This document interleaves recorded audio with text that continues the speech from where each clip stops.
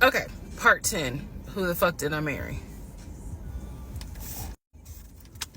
Okay, had to sneeze.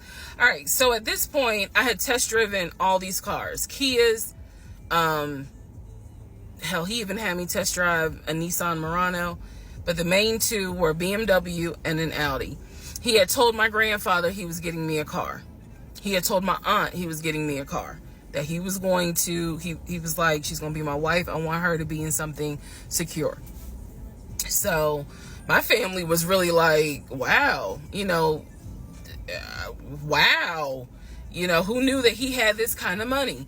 And so I hated the fact that he did that, because anytime he got around my family, here's another red flag to put in the United Nations of red flags. He would always talk about money, and he would always brag.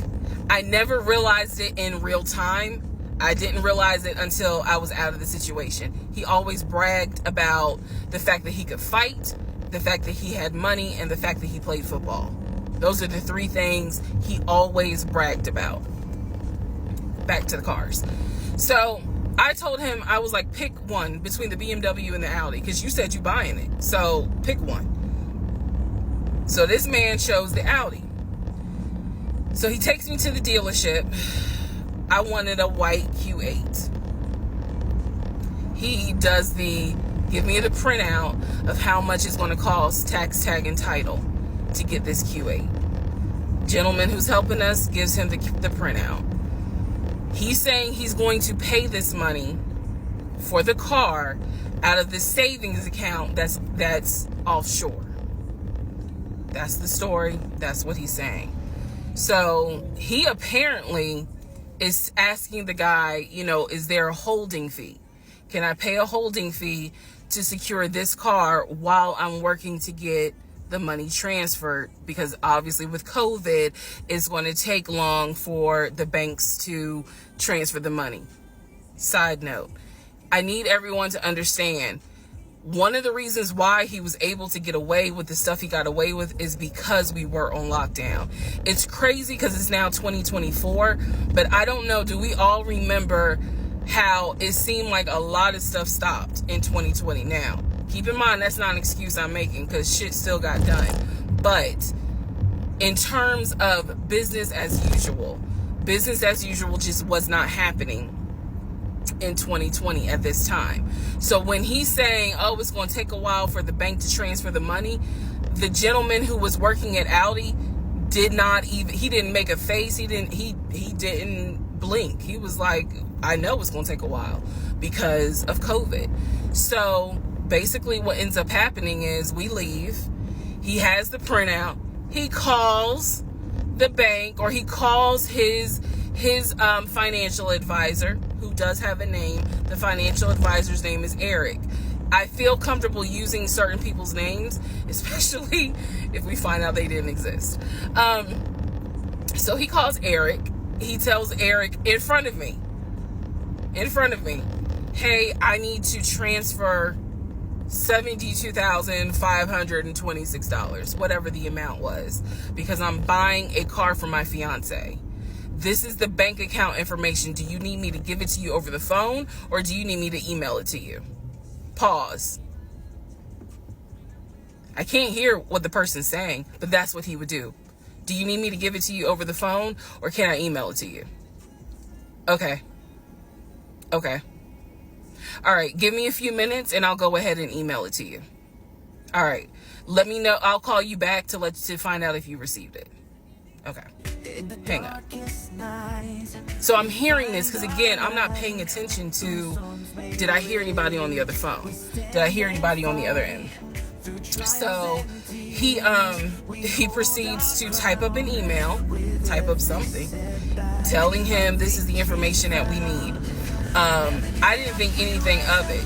He called me at work the next day to tell me that the money was sent to Audi, that he called Audi, and he confirmed with Audi that they received the money. What he told me is that the car is going to be delivered to the house. Y'all, it's not that I lived in the hood, because I didn't, but I did not live in an area of Clayton County where you would have a brand new Audi delivered to your house. So I remember saying to him, I don't want that car like delivered to the house, not yet, because I need to put that car in the garage. And my Nissan was, I only had a 1-car garage, so my Nissan was in the garage. So he said, okay, well, let me call them back and change the delivery date. Can you be home, or can you do a half day? So he's asking me, can you work a half day so that they can deliver the car and you will be home for it? I said, yes, that's fine. Because again, it's COVID. I'm working from home anyway. I only had to go in the office 2 days a week. So I'm at home the next day. He told me the car would be delivered between the hours of 1 and 3. Obviously, between 1 and 3, nothing happened. So 3 o'clock, I called him. He's at work. He sends me the voicemail. He calls me back. I said, it's 3 o'clock. No one ever came with the car. What's going on? And then I remember I was like, well, do I need to call Audi myself?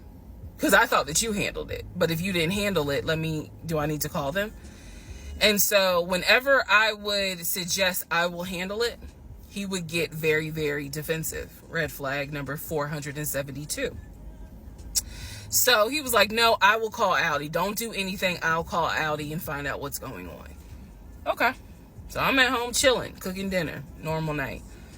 He calls me back and says, yeah, the car was stuck on the truck in Spartanburg, because apparently that's where their deliveries come from. So when he told me this, I was in the kitchen laughing, because by this point, I will be honest, and I told y'all I'll be honest even when it makes me look bad. I was guilty of, on one hand, I believed him, and on the other hand, I was like, let me see what lie he come up with. Let me just see. But keep in mind, my brain was really like not rationalizing, not comprehending how deep the lie was. I just thought that no one told him the car was going to be delivered, and he made that up. I had no idea how deep the lie went. So he said, the car's in Spartanburg. It should be delivered this weekend. The weekend came, he had a whole other excuse. I don't remember what the exact excuse was as to why the car was never delivered. I do remember we got into an argument, and I was like, don't even worry about it. I'm going to get a new car my damn self. I don't even need your help.